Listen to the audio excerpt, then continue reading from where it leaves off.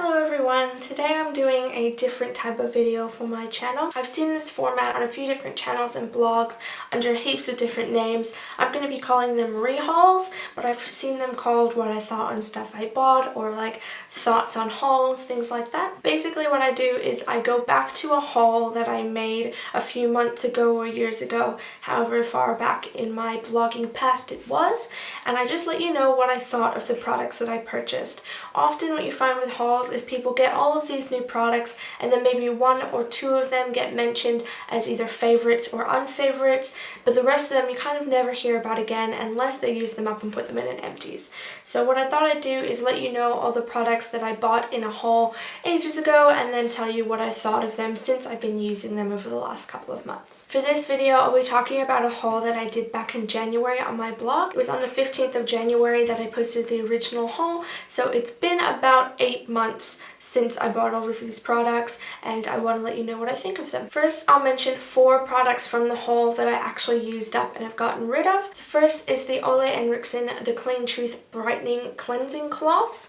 These I used up over January and February and then I got rid of because I finished them, and I'll link down below a review I did on my blog. But bottom line, I didn't really like them. I didn't think they cleaned my skin very well and I really hated the scent. I definitely won't be purchasing them again, considering in Australia they're over $30 I think, which is an absurd price to pay for any face cloths. I also bought some other face wipes from the brand Essenza. These were the natural face cleansing wipes with aloe vera and cucumber. It was just a little 8-pack that I bought to carry on the plane with me while I was traveling and in my purse.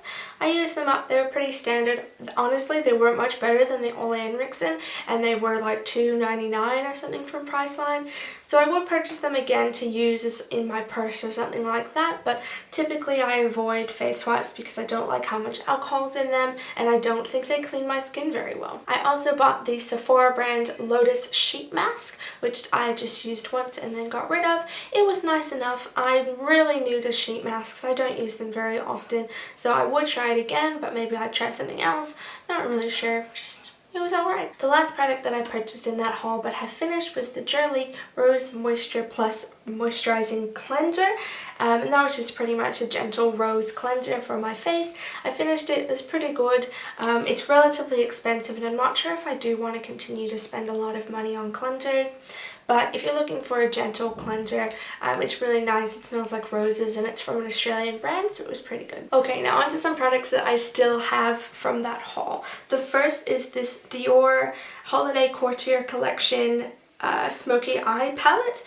I purchased this for myself pretty much as a Christmas present because I'd also gone on a spending ban just before Christmas and this was the only thing from Christmas collections that I purchased last year, which I think is kind of amazing.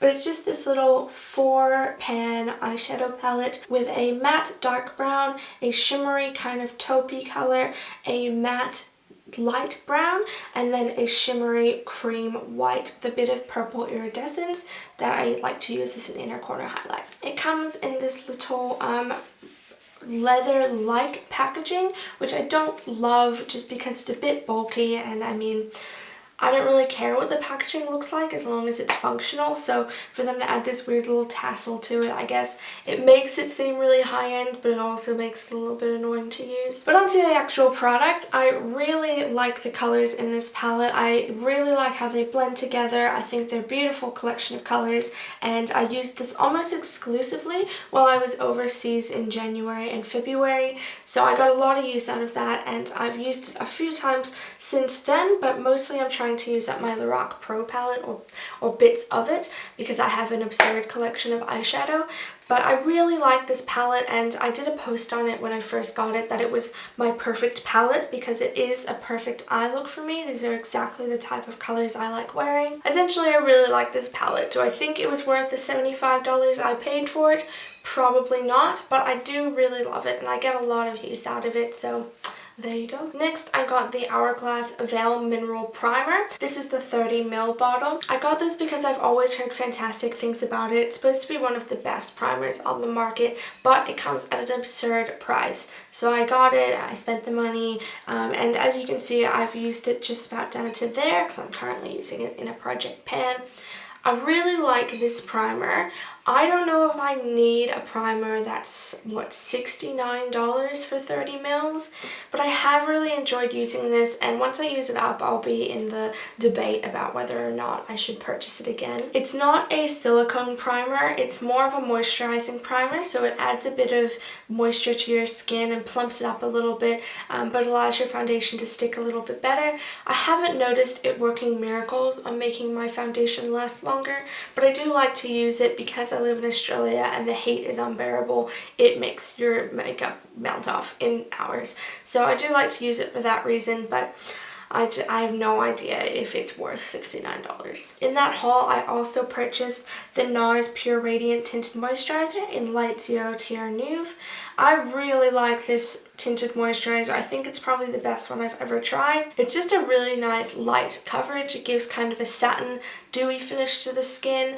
It blends really easily. I apply it with my fingers and it lasts relatively well throughout the day. It kind of fades along the center of my face, but that can be expected and most foundations will do that anyway.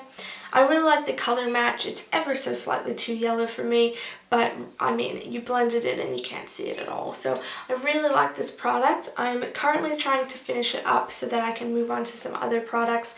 But if I'm on the market for a tinted moisturizer again, I would actually purchase this. The last makeup item that I purchased in that haul was the NARS Velvet Lip Liner in the color Waimea. It's a really nice kind of nude, orangey kind of color. It's the color on the end here, and it's a velvet lip liner, so it's incredibly matte and lasts really well on the lips. I haven't been using it that much recently because I've been panning a Essence lip liner, but now I've done that, so after I finish up the lipstick that I'm wearing today, then I can use this with some more corally, orangey, peachy tones on my lips. I really like using this just because the color suits me heaps well and it works very well throughout the day. So it is a pretty expensive lip liner, but it does work really well. So I would recommend their range. They have lots of bright colors and also quite a few nudes. And then the last product that I picked up was a little bit of an impulse buy, but I've been hearing heaps of good things about it at the time because it was winter in the Northern Hemisphere and everyone was looking for a good lip balm. So this is the Bite Agave Lip Mask. If you don't know, this is an incredibly thick lip balm that you can apply during the day or overnight, which is what I like to do. And it's supposed to add heaps of moisture to your lips immediately. I'm not sure if I ever saw those kind of effects on my skin, but really I do like this lip balm just because it is so thick. When you apply it, it stays for a long time instead of like a chapstick which you apply and it's a bit glossy in the beginning and then it fades because it's so thin and it just evaporates. I really do like this. Again, do I think this is worth $33, which is the retail price at the Sydney Sephora? I have no idea. I think really, if you've got $33 to be spending on a lip balm, then you're good. Just do it if you like. But if you don't have $33 to spend on a lip balm, go with something else. Like use Carmex, use a petroleum jelly. It'll be basically the same thing, but it will cost you $2–3 at most. So again, while I love this product, it is absurdly expensive and I don't think I would buy it again because I don't think I need a $33 lip balm. So there you go. Those are the products that I purchased in my haul back in January earlier this year, and those are the things that I think about them after I've been using them for a long time. Really, I'm glad that I purchased the vast majority of these products because even if they weren't very good, I kind of busted a cult favorite myth with the Ole Henriksen cleansing wipes, and that's good enough for me. I'm really happy that I got to experience them even if I didn't like them. But most of the makeup I really love and I use every day or often enough,